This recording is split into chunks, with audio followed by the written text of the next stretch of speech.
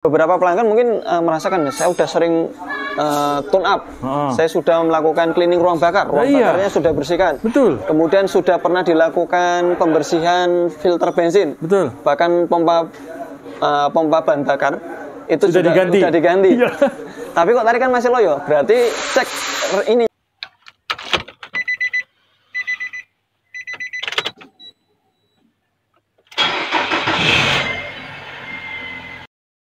Sobat Otomotif dan AHPedia, sebelum kita lanjutkan video ini, jangan lupa subscribe ya, agar tidak ketinggalan tips, tutorial, dan konsultasi tanya jawab terbaru dari AHPedia.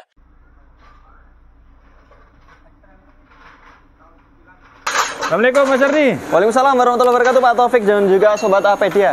Apa kabar Pak? Alhamdulillah Mas Ardi. Di hari ini ada konten apa Mas nih? Yang seru nih, yang bisa kita angkat. Yang bisa kita angkat ini Pak.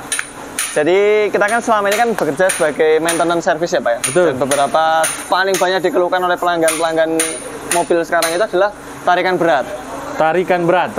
Nah, ini akan kita bahas nih apa saja sih penyebabnya tarikan berat dan apa saja yang harus dilakukan periodical maintenance atau servis berkala. Berarti kenapa tarikan mobil berat itu ya? Betul, kenapa tarikan mobil berat?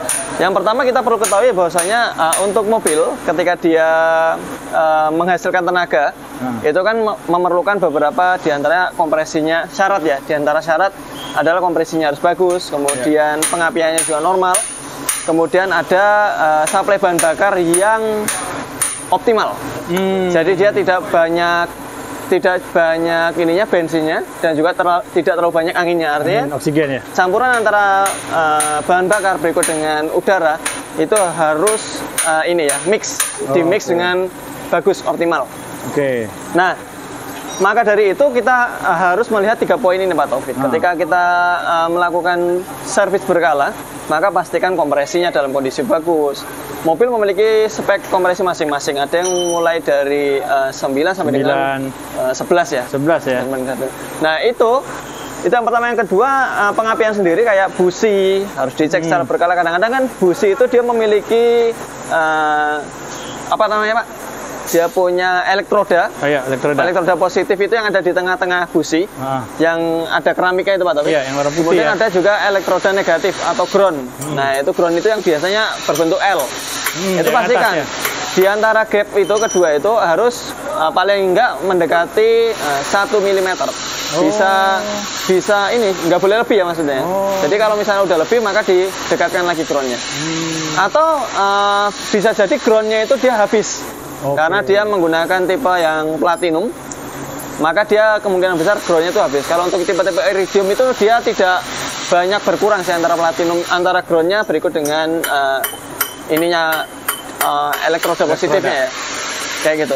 Nah, kemudian dicek juga koilnya, kemudian ada selongsong koilnya itu juga harus dicek. Nah, yang paling penting, yang paling tidak kalah pentingnya itu adalah suplai bahan bakar Pak Taufik. Yang paling sering terjadi masalah itu di suplai bahan bakarnya.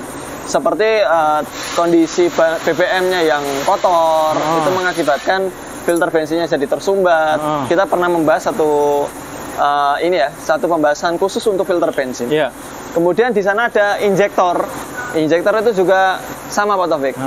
Yang berfungsi untuk mengkabutkan bahan bakar. Itu menjadi sebuah kabut sehingga dia tercampur dengan udara sehingga menghasilkan campuran bahan bakar dan udara yang mixnya itu optimal. Itu adalah injektor dan karburator. Di depan kita sudah ada mobil injektor Pak Taufik. Ini akan kita bahas. Di depan kita sudah ada mobil injektor dan di belakang Pak Taufik ada mobil karburator. Nah, jadi untuk mobil-mobil karburator seperti ini, dia biasanya memiliki lubang-lubang saluran plunger ya. Ketika dia salurannya itu dia tersumbat, itu mengakibatkan karena dia kan membutuhkan kevakuman. Bisanya si karburatornya itu menyemprotkan bahan bakar, itu dikarenakan ada kevakuman di area manifold. Ketika kevakuman di area manifold itu besar, maka semprotannya pun juga akan besar. Nah, ketika lubangnya plungernya itu tadi dia tersumbat, maka yang terjadi adalah suplai bahan bakarnya menjadi kurang sehingga tarikannya menjadi berat dikarenakan terlalu banyak udara yang masuk ke ruang bakar. Sementara bahan bakarnya itu kurang. Nah, untuk tipe-tipe yang seperti ini karburator, tentu kita harus melakukan pembersihan di karburatornya. Jika perlu dilakukan overhaul, Pak. Karburator dibongkar, kemudian digantikan ini ya, packingnya diganti. Kalau perlu misalnya dia memang terjadi kerusakan pada pilot-pilotnya, ada saluran-saluran karbunya, itu kita ganti. Nah, jadi dikarenakan banyaknya penggunaan untuk mobil-mobil injeksi, kita akan membahas yang injeksinya, Pak. Baik. Ya, untuk ini di depan kita sudah ada alat untuk membersihkan injektor, Pak Taufik. Nah, ini modelnya seperti ini. Ini kita isi dengan cleaner, berikut dengan bensin. Sehingga ketika bensin masuk melewati injektor, itu injektor yang dia bermain membuka menutup, ketika dia ada cleanernya, kotoran yang ada di injektor nanti akan ikut keluar. Terbakar? Ya, terbakar. Masuk ke terbakar. Nah, apabila dia, ini ada tekanannya ya. Nah, apabila dia sudah habis diisinya, maka mesin akan mati dengan sendirinya. Betul. Ini seperti ini. Dia sama sudah aja mulai, posisi tangki habis ya? Ya, ini sudah mulai hampir habis ya. Udah bergetar. Sudah mulai bergetar. Kayak gitu. Nah, ini Pak Taufik, penting sekali untuk teman-teman yang memiliki mobil injeksi, dilakukan pembersihan injektor. Ada beberapa cara melakukan pembersihan injektor. Cara pertama ini adalah seperti ini, cara yang paling simpel, yaitu dengan membuka. Ini sudah hampir habis ya, jadi mesinnya bergetar. Ini adalah saluran bensin dari tangki ya. Kemudian ini untuk yang masuk dalam sini, ini kita lepas. Sehingga untuk memanipulasi ya, memanipulasi supaya mesin itu dia masih mau hidup, kita harus masukkan bensin dan cleaner bertekanan sesuai dengan speknya, yaitu 3 bar lebih. Ini berarti udah diatur ya Mas ya tekanannya? Karena ada setelannya nih Pak Taufik. Nah, itu ketika dia sudah 3 bar lebih, maka dia baru bisa mau ini hidup. Gitu. Karena kondisi injektor itu dia bisanya mengkabutkan kalau ada tekanan besar. Jadi kalau ada tekanan besar dia bisa mengkabutkan. Tapi kalau tekanannya kurang, itu dia akan sulit untuk mengkabutkan. Makanya satu di antara sebab starter panjang, kemudian mobil susah hidup, atau mobil dia bergetar karena pengkabutannya nggak sempurna, itu adalah karena pompa bensinnya rusak, Pak Taufik. Ketika pompa bensin lemah atau rusak, itu dia akan starternya panjang. Nah, untuk kasus ini kita bersihkan dengan metode ini Pak Taufik. Metode yang pertama adalah pembersihan dengan tabung dan juga cleaner. Jadi injektor tetap terpasang pada posisinya Pak Taufik. Pada posisi masing-masing, karena ini dia memiliki ini ya 4 silinder, maka dia menggunakan 4 injektor. Dia masih single injektor. Ada yang sudah pakai double injektor, tapi kalau untuk ini yang single injektor. Nah, ini untuk bensin yang dari dalam dia nggak akan keluar, karena di dalam sana di fuse box-nya kita lepas sekringnya. Iya ya, biar mati ya. Pompa yang di tangki tidak jalan. Pompa yang di tangki tidak jalan, tapi di sisi yang lain kita harus memberikan tekanan yang sesuai dengan speknya. Sehingga ketika mobil di starter, injektornya masih tetap nyemprot, tapi karena tidak ada tekanan dari dalam, bensin nggak akan keluar. Jadi sehingga digantikan dengan ini, tekanan seperti ini. Baik, ini cara pertama. Cara kedua ada nggak selain itu, Mas? Cara kedua adalah dengan cara yang bisa dilihat, yaitu dengan cara melepas injektor masing-masing. Ada mesin khusus Pak Taufik untuk membersihkan injektor. Jadi ada injektor cleaner, dia dimasukkan dengan ini ya, cairan berapa cc gitu, kemudian dituang di dalamnya. Nah, di sana injektor akan menembak, ada sendiri soket khusus untuk injektor itu menembak. Nah, sehingga kotorannya itu bisa terlihat. Tapi untuk dengan metode yang kedua ini, itu lebih panjang waktu yang dibutuhkan, karena kita harus melepas injektor dan lebih berisiko terhadap injektornya, karena kondisi injektor dilepas Pak Taufik. Nah, untuk mobil-mobil yang lawas, itu kebanyakan injektor itu pada mulai rapuh. Nah, sehingga rapuh-rapuh di soketnya atau di batang injektornya itu mengakibatkan ketika dia dicabut, kondisi mesin panas misalnya, itu akan mudah sekali patah. Untuk hasil sendiri gimana? Lebih bagus mana, Mas? Kalau untuk hasil tentunya yang dilepas secara ini Pak Taufik itu lebih bagus, karena dia posisi dilepas, karbon yang ada di sisi luar itu tentunya akan dibersihkan oleh mekanik yang mengerjakannya. Kemudian dari sisi dalam sendiri dia disemprotkan dengan alat khususnya. Tapi kalau untuk ininya, untuk lebih ribet yang kedua. Tentunya untuk biaya akan lebih mahal. Banyak ya. Lebih banyak. Tapi kalau untuk dibilang bersih, tentunya lebih bersih untuk yang metode yang kedua. Tapi dengan metode yang pertama ini sendiri, dia cukup mudah Pak Taufik. Cukup mudah, kemudian dia tidak perlu melepas item-item yang ada di dalamnya.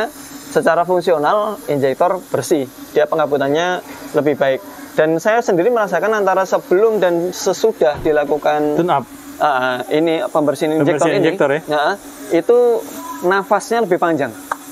Karena pengabutannya sempurna sehingga tarikannya lebih spontan dan lebih panjang. Berarti lebih hemat dong Mas? Seharusnya lebih hemat. Tapi memang beberapa gini Pak Taufik. Hemat ini adalah tanda kutip. Beberapa pelanggan atau pemilik kendaraan itu kadang-kadang gini, mobil setelah ditune up rasanya jadi boros. Nah, harus bisa dibedakan mana itu boros, mana itu ini ya, mana itu yang lancar sampai bagus. Iya kan? Karena gini, ketika bicara masalah boros itu adalah apabila mobil habis bahan bakarnya banyak, tapi tenaga yang dihasilkan tidak sepadan dengan maksimal lah ya? Ya, tidak maksimal, tidak sesuai dengan apa yang dikeluarkan untuk bensinnya, sehingga bensinnya menjadi boros, tenaganya loyo. Itu boros. Tapi kalau mobil tarikannya spontan enak, kemudian dia nafasnya juga panjang, lalu kemudian tidak ini ya, untuk nanjak juga tidak berat ya, maka itu sekalipun bahan bakarnya ini yang dipakai cepat, yang paling tinggi ya, habis, itu tandanya bukan boros. Itu adalah memang kondisi di mana mesin optimal bekerja. Ya tinggal kita pintar-pintar mengatur ritme untuk mengegas. Ketika mobil misalnya dalam jangka 50 meter ke depan terlihat ada lampu merah atau ada kemacetan, ya kita lepas gas supaya kita tidak membuang-buang bahan bakar. Seperti itu Pak Taufik.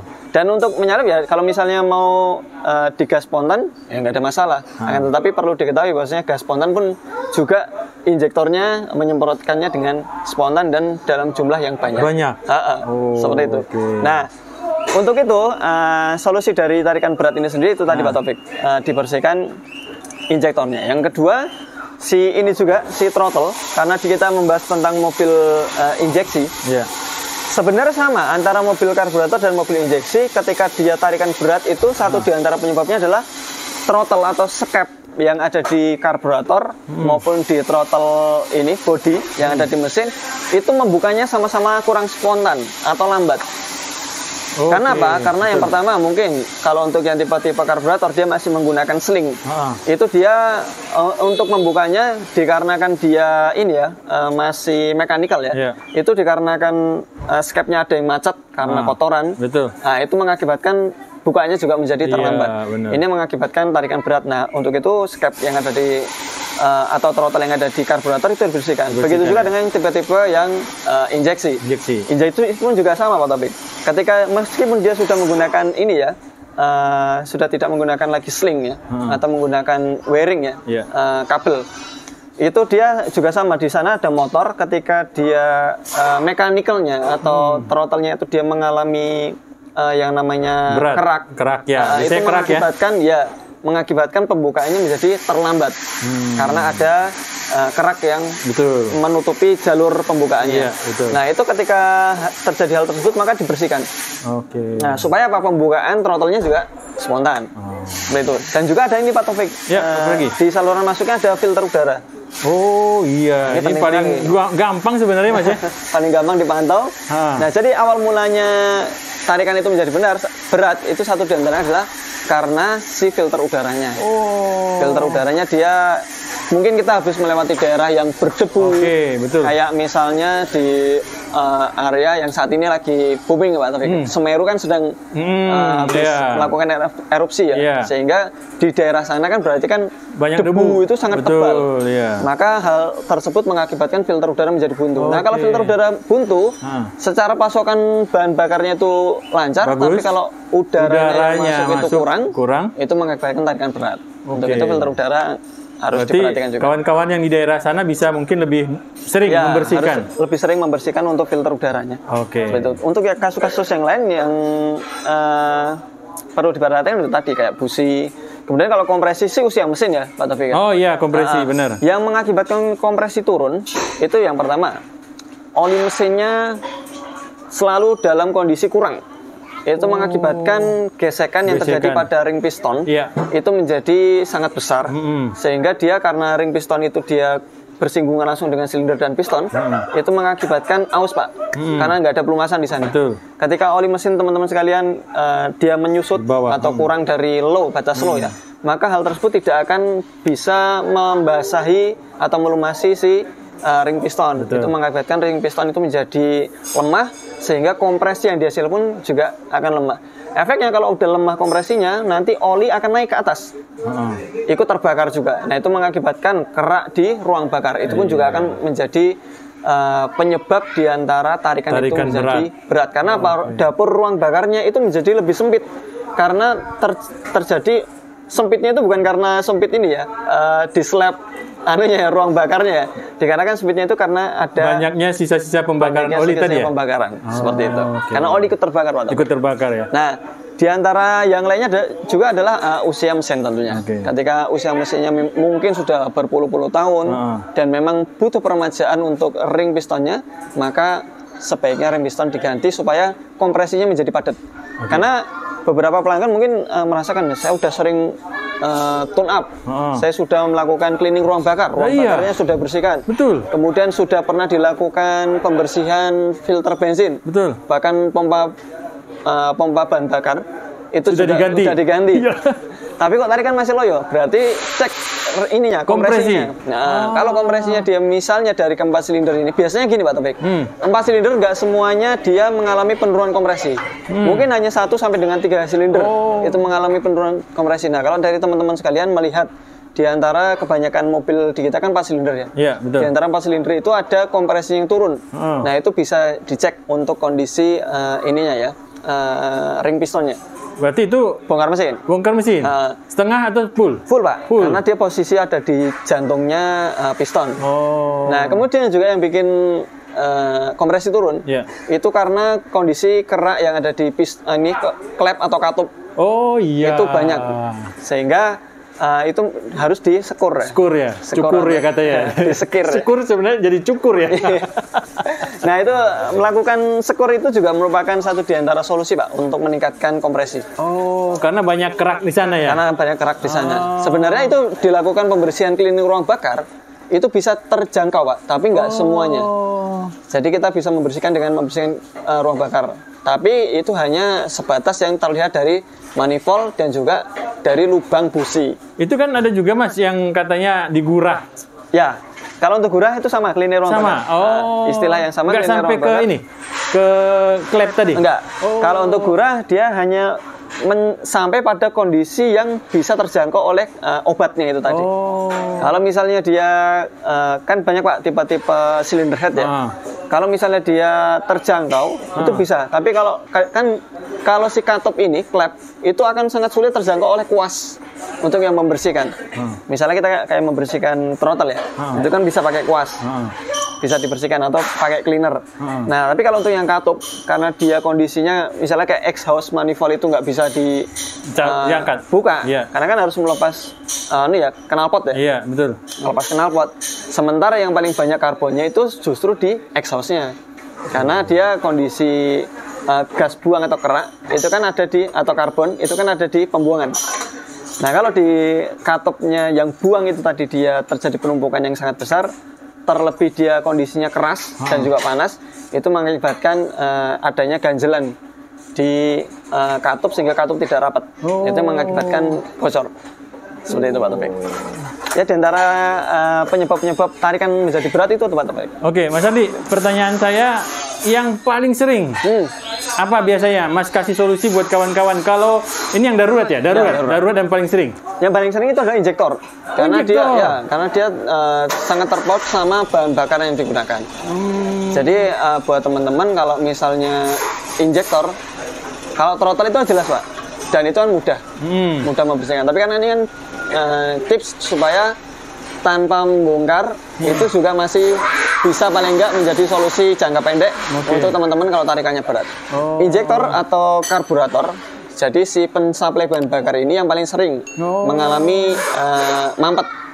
Itu pertama diakibatkan karena bahan bakar yang digunakan. Kondisi tangki, Yang kotor. Yang kotor. Oke. Kondisi filter yang kotor itu juga bisa berpengaruh. Nah, atau mungkin mobil yang sangat jarang dipakai untuk kecepatan tinggi, Pak Taufik. Jadi mobil pengaruh. Iya, pengaruh. Mobil itu kalau misalnya jarang dipakai kecepatan tinggi, pembukaan throttle-nya dia cuma sedikit, otomatis udara yang masuk ke ruang bakar itu juga sangat debitnya sangat sedikit. Sehingga karbon untuk membuangnya pun juga usaha untuk membuang karbonnya pun juga sangat kecil sekali. Sehingga teman-teman kalau misalnya tarikan berat, coba deh sesekali, 1 minggu sekali atau 2 minggu sekali dilakukan treatment yang namanya ini ya Pak ya, Italian tune up. Italian tune up? Pernah dengar? Belum pernah dengar. Tapi kalau nggak salah ini pernah dibahas ya sama Mas Adi. Ya, jadi kita coba teman-teman sekalian, kalau mobilnya manual di gigi 3 itu mobil digeber di RPM 5.000 sampai dengan 6.000, jangan lebih dari 6.000 ya kalau bisa. Ya kalau bisa antara 4.000 sampai dengan 6.000. Ya amannya di 5.000 RPM. 5.000 RPM. 5.000 RPM teman-teman narik atau larikan di pijakan throttle. Throttle paling enggak sebisa mungkin penuh. Sebisa mungkin penuh ya. Kalau nggak bisa ya diatur cara gimana caranya dia supaya bisa penuh. Yaitu dengan memainkan giginya, bisa gigi 3, injak throttle penuh, sampai 5.000. Kemudian nanti dioper gigi 4, kemudian dioper gigi 5. Yang penting throttle dalam kondisi penuh, sehingga mobil ketika dia sedang berjalan itu mendapatkan suplai udara yang sangat cepat. Nah, itu dengan kondisi kayak gitu, dia kan aliran udara menjadi tepat, Pak Taufik. Sehingga karbon-karbon yang ada di ruang bakar itu bisa ikut keluar bersama dengan udara yang masuk. Nah, itu paling nggak dilakukan sejauh 5 km lah. 5 km, terus balik lagi, putar balik 5 km di jalan yang lepas. 5 km 5.000 RPM maksimal. Di gigi 3. Gigi 3 45. Oke, 3 mulai dari gigi 3. Karena kenapa? Kalau gigi 3 kan lebih ini Pak Taufik ya, lebih panjang nafasnya dibandingkan 1-2. Kalau 1-2 kan untuk 5.000 RPM itu sangat cepat. Sehingga tapi itu berbahaya, nanti bisa overrun mesinnya atau mengalami putaran yang berlebihan. Itu mengakibatkan buruk kepada mesin. Kita pengen tarikannya agak enteng malah mesinnya rusak. Sehingga mulai dari gigi 3 aja. Mulai gigi 3 injak throttle penuh, injek gas penuh, dicari jalan kosong. Jalan kosong. Bisa mungkin aman ya. Kemudian nanti kalau udah 5.000 RPM pindah ke 4. Terus diinjak full lagi, masuk 5.000 RPM. Kalau masih bisa ditahan 5.000, terus kan, tapi kalau nggak bisa dia pergi gigi 5. Nah, kalau udah sampai gigi 5 ini, rata-rata kan kecepatan 5 speed, Pak. Kalau udah gigi 5 ini nanti teman-teman injak throttle full aja. Itu sejauh 5 km. Nah, itu lebih lebih efisien untuk membuang karbon secara mandiri. Sehingga semprotan injektor pun pada waktu itu dia cepat dengan debit yang banyak karena memang kevakuman di manifold juga besar. Kemudian tekanan dari bahan bakar pun juga karena dia mendapatkan bukaan gas yang yang besar, maka akan menyesuaikan regulator. Itu bisa berlaku untuk mobil apapun? Mobil apapun. Injektor dan karburator. Untuk karburator pun juga sama. Mobil yang jarang dipakai buat kecepatan tinggi, biasanya karburator kan sudah memiliki 2 skep, Pak. Atau 2 throttle. Ada throttle yang premier, ada yang sekunder. Nah, kalau untuk yang premier kan sesekali kita menggunakan gas kecil, itu dia sudah bermain karena dia yang pokok. Tapi yang sekunder ini, karena dia jarang pakai kenceng, itu kan dia kan pasti kan kelewat ini Pak, udara dan juga ada sisa karbon yang dari katup intake ketika dia terbuka dia akan masuk ke manifold. Itu pun juga akan mempengaruhi kemacetan yang ada di sekunder throttle. Nah, buat teman-teman yang punya mobil karbu dan jarang dibejek mobilnya, itu rata-rata yang sekunder pasti akan macet. Nah, solusinya kalau udah macet harus bongkar. Tapi kan sebelum macet, teman-teman bisa melakukan treatment ya secara mandiri. Seperti itu Pak Taufik. Oke Mas Adi, tips yang sangat menarik. Ternyata tidak semua kalau kita menggunakan mobil dengan kecepatan yang pelan, ternyata ada juga manfaat kalau kita menggunakan mobil di kecepatan yang tinggi tapi tidak tiap hari, ya kan? Seperti itu Pak Taufik ya. Baik Mas Adi, bermanfaat. Mungkin udah kita kupas semua ya, mulai dari kompresi, kemudian pengapian. Kalau pengapian udah umum lah, teman-teman udah pasti tahu mana kondisi busi yang bagus dan busi yang nggak bagus. Kalau nggak bagus pasti akan timbul pincang. Timbul pincang, timbul nyendat ketika dia di RPM yang tinggi Pak Taufik. Ini tambahan ya. Ketika teman-teman misalnya kecepatan kayak tadi nih, kita lagi Italian tuning. Itu kita lagi ngegas di RPM yang cukup tinggi ya, di 3.000 sampai dengan 5.000 di gigi 3 atau kondisi mendapatkan beban yang cukup berat, pembukaan throttle dilebarkan, Karena kan suplai bahan bakar itu ketika itu banyak Pak Taufik. Nah ketika lagi banyak-banyaknya busi semi mati itu akan mengalami yang namanya nyendat, batuk, jedet-jedet. Nah itu businya bermasalah. Atau dari area coil. Mungkin selongsongnya dia ada yang bocor atau mungkin semi mati itu juga bisa. Jadi kalau untuk busi dan juga coil ini secara visual bisa dilihat, secara fungsional juga bisa dilihat. Seperti itu Pak Taufik. Dan itu pembukanya mudah dibandingkan dengan injektor. Seperti itu. Semoga bermanfaat. Terima kasih. Jangan lupa like, subscribe, dan juga share ke teman-teman. Assalamualaikum warahmatullahi wabarakatuh. Waalaikumsalam warahmatullahi wabarakatuh.